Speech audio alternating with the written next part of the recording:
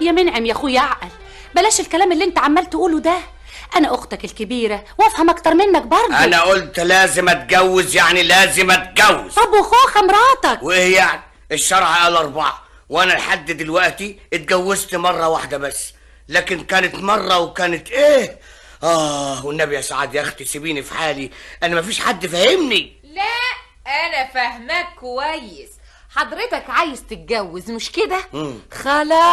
خلاص يا سيدي، انا وسعاد اختك هنروح نخطب لك من بكره. كلام ايه اللي بتقوليه ده يا خوخه؟ اهو كده. يعني انت مراته هتروحي علشان تخطبي له بقى؟ ده معقول؟ وليه مش معقول؟ عشان ضميرها يستريح. خلاص يا منعم ولا تزعل، زي ما قلت لك من بكره هخطب لك واحده بقى، انما ايه؟ انا عايزها بيضة. وايه كمان يا منعم؟ شعرها اصفر. وايه كمان يا منعم؟ ولسانها مش طويل. طب ودي بقى اعرفها ازاي بقى؟ تقيسيه على لسانك. منعم. نعم. قصدك ايه بقى؟ جواز وقلت لك موافقه، عايز ايه تاني بقى؟ هو كده وبس. بس بس يعني انا مش عايزك تزعلي. ازعل؟ ازاي بقى ودي تيجي؟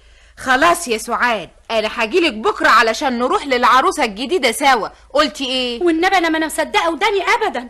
بصحيح الكلام ده يا منعم؟ طبعا، وانا عيل صغير؟ انا قلت لازم اتجوز، يعني لازم اتجوز. وانت يا خوخه مهوداه؟ هو حر يعمل اللي هو عايز. ايوه انا حر، عشان تبقي تعرفي قيمتي. يعني مش هتعرف قيمتك يا منعم الا لما تتجوز واحده تانية؟ اساليها بقى وهي تقولك قدامك اهي، اساليها.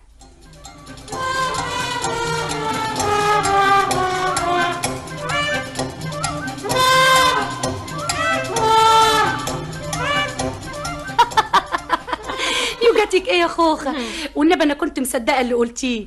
بقى انت ناويه على كده؟ ما هو بعد سنه واحده من جوازنا وهو كل يوم يقول لي حكايه الجواز دي، بقالنا 10 سنين كل يوم يقول لي عايزه اتجوز ولا يتجوزي. ومفيش حل غير كده يعني؟ هو ده الحل الوحيد وهتشوفي. اما عجايب، والنبي عشنا وشوفنا.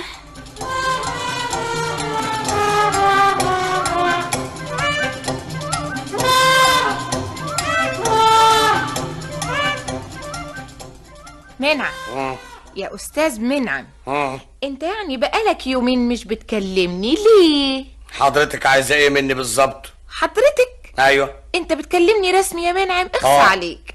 انت تقولي لي يا استاذ وانا اقول لك حضرتك. طب وبعدين؟ ولا قبلين تنفذي اللي اتفقنا عليه. العروسه مش كده؟ ما هو ده اللي انا كنت عايزه اكلمك فيه. ايه لقيتيها؟ بكل المواصفات اللي انت عايزها. كل حاجه كل حاجة، يعني فتاة أحلامك، حاجة مفيش بعد كده يا منعم. يا فرحتك يا منعم، يا هناك يا نعنع، وهتبقى عريس من تاني. بس ما قلتليش أنا هعمل إيه؟ انت؟ انت هتكوني زي ما انت في البيت ده يا اخوخ، انت الأولانية.